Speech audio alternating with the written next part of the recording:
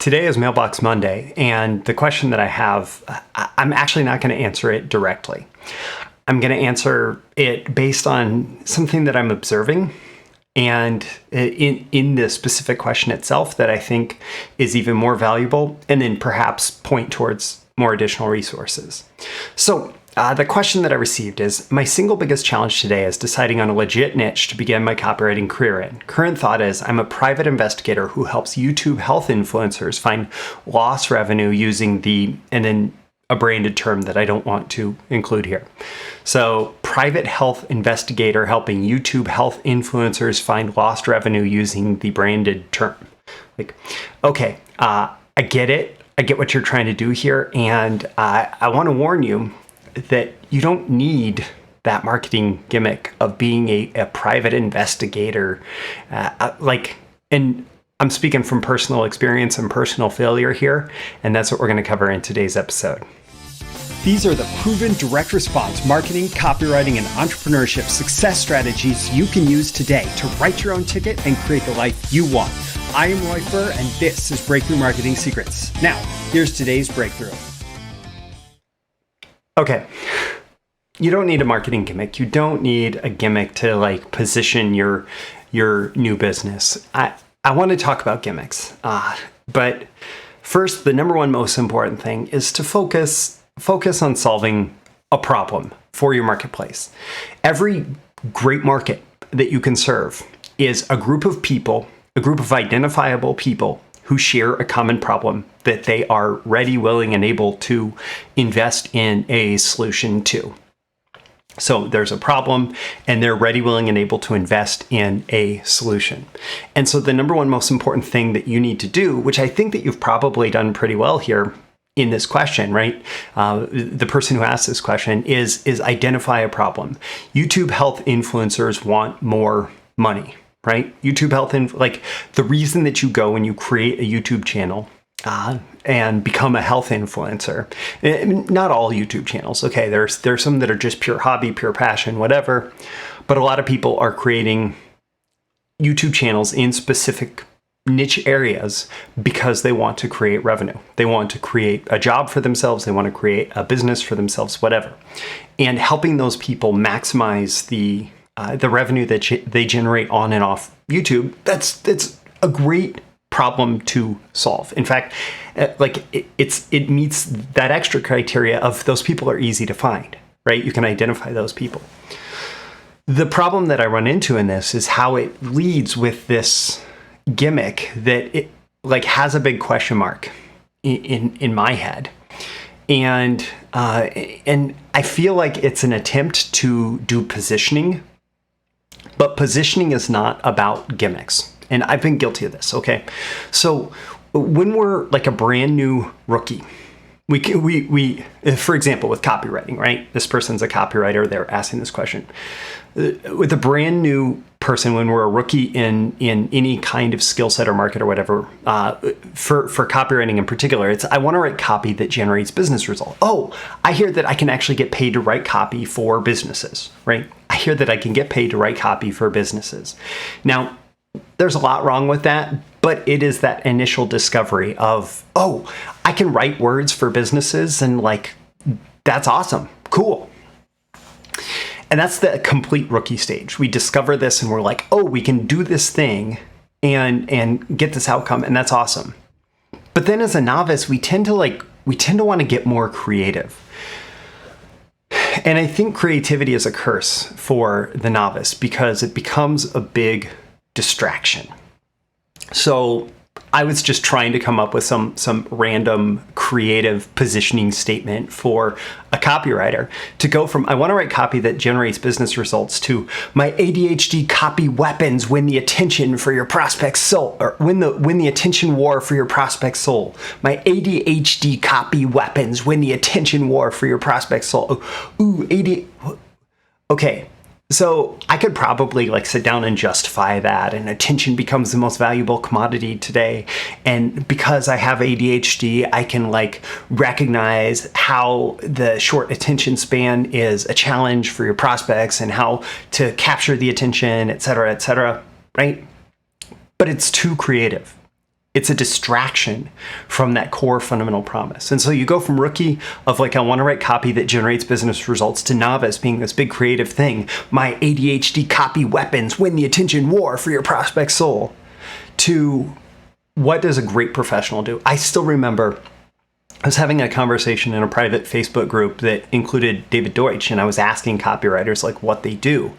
And David says, I write things that make sales. If I have to write a haiku to make sales, I'll write a haiku to make sales, but I write to make sales. And so the pro positioning statement that I made here was, I get your business leads, customers, sales, and profits through effective copywriting. I get your business leads, customers, sales, and profits through effective copywriting. Okay, cool. So we're solving a problem. I get the business leads, customers, sales, and profits with a mechanism, there's a deliverable involved, that effective copywriting. So we basically went back to the complete rookie discovery of, I write copy that generates business results. I just flipped it to focus even more on the result in the beginning. So positioning is about establishing yourself in the mind of your market as the person, as the business that can solve that problem that they're facing, that they are ready, willing, and able to invest in a solution to that problem. And so let's bring that back around to gimmicks, right? So when I'm thinking about this, I'm thinking about gimmicks, and I'm thinking about branding, because there was kind of an attempt at branding here. And I'm thinking about hooks, because I think that that's kind of what the person who asked this question is trying to do, is they're trying to hook the attention, but they're using a gimmick to do so. So number one, like how do we differentiate between those and know when are we effectively using a hook, for example, versus when are we doing like just a gimmick, right? So a gimmick gets into more of an identity statement. It gets into more of the positioning in the statement. So this person's starting off, they're establishing their niche as, I'm a private investigator.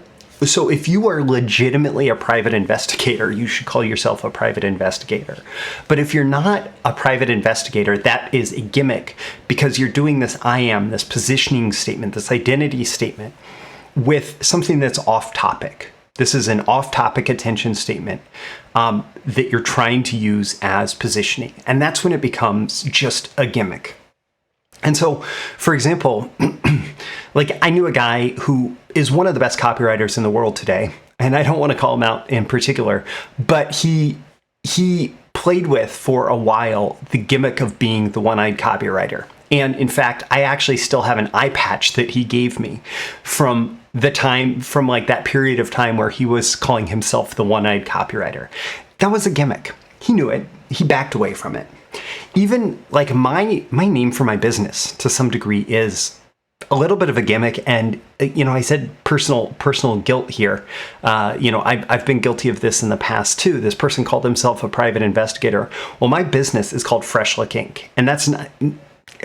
From time to time, I think that I should either rename the business or do a doing business as and just be something different. Fresh Look Inc., the reason, number one, it actually gets confused a lot because am I a marketing designer, right? Or there are businesses that are Fresh Look, like related to eyewear, or it could be some other visual thing, clothing thing, whatever, fashion thing, right? My perspective on Fresh Look Inc. was very similar to this private investigator thing, very similar to some of the thoughts about marketing that I had around the time I formed my business. It was actually my second choice of business name, but somebody actually stole my domain name. That's a different story for a different day. But the Fresh Look Inc. thing, I thought of it as I take a fresh look into your business to find opportunities for marketing and sales growth. I take a fresh look into your business to find opportunities for marketing and sales growth. And I still, that's still what I do for businesses, right? And that was the thinking behind Fresh Look Inc. when that was put as the corporate name that's registered with the government and that my bank accounts are in and all of that. But to some degree, that was still a gimmick. it was still because it was that like detective aesthetic or whatever, right? And sales detective and those things, like these things are gimmicks, and you can do gimmicks in all sorts of ways. And the thing is, the gimmick becomes a distraction. So what's the difference between like this positioning with an off-topic attention statement, which is how I defined a gimmick, and a brand? Well, typically a brand is on-topic positioning. It is a positioning statement, an I am statement that is on topic. So you might argue maybe that I take a fresh look at businesses, marketing and sales to find growth opportunities, or however I said it before, that is on topic, right? And yet it is kind of off topic because it's positioned more as this kind of detective thing, sales detective, whatever. I am a private investigator. If you're not legitimately a private investigator, then it's off topic, versus a private investigator turned marketer who uses my actual skills as a private investigator to identify massive sales opportunities for your business. Like that might actually become on topic suddenly if that was the background, right? And then it is a brand, like the actual private investigator, sales expert, whatever. On the other hand, there's this thing of a hook. And I think that what this person really is going for with this creativity, and where your creativity can shine, is in identifying hooks. That your positioning is still grounded in this, you have this problem, I'll solve it, check out the hook while my copywriter revolves it. Sorry, but it's this problem solution thing, right? That your positioning is still grounded in that fundamental, like, I help these people solve this problem, right? Whereas the hook is anything you do in a particular context, communication context, advertising, sales, social media, content, whatever. That hook is what you do to get attention and to stand out. And importantly, it is best if you are grabbing the attention specifically of your target market. So the hook can be an off-topic attention statement, an off-topic attention statement specifically to get attention that you then are transitioning into your core positioning. So the big difference here is the off-topic attention statement is used only to get attention and not to transition to core positioning. And that's really the big difference between a gimmick and a hook. And what the heck does that have to do with you? Well, if you position yourself with a gimmick, you're stuck to that gimmick. And what you'll find is you'll get tired of it really fast. And your market will probably get tired of it fairly quick too. Whereas I have this book actually sitting on my desk because I wanted to talk about it as part of this. If you focus on hooks, like, okay, so I'm dressing up as a private detective for the purpose of helping these YouTube health influencers find lost revenue using my branded process, whatever. Okay, let me take the costume off, and this is the real me, right? And this is the real me that's actually like coming forward and speaking all of this stuff that's grounded in actually solving the problem. Well, that's using the hook to get attention. And actually, this book, Outrageous Advertising That's Outrageously Successful, by Bill Glazer, who actually ran Dan Kennedy's info business for a while, with a foreword by Dan, and using all sorts of Dan copy and Bill copy, et cetera, like, that's actually a really good selection of examples of the different ways that you can use that creativity, and oftentimes off-topic attention statements to get attention. So, for example, this picture from the cover, this was Bill running a menswear business, saying, have I gone crazy with these low prices, whatever. So he did the straitjacket, and it was all off-topic attention just to draw you to specific information about a sale. And so using that as a hook is great. But if he's like the crazy menswear guy, it starts to feel very distracting, right? And so he does that. He actually had like a placemat with coffee stains that he sent. I think that was the one that was on a cruise to Alaska, and he couldn't wait to get home, and so he just sent off the placemat with notes about this whatever thing going on, and like so he uses all of these things, but again he's using them as hooks versus a gimmick, which is a positioning statement around that. So in your trying to decide on your legit niche to begin your copywriting career, and you do need to find a group of identifiable people who have a specific problem that you are able to solve and that they are ready, willing, and able to invest in a solution to.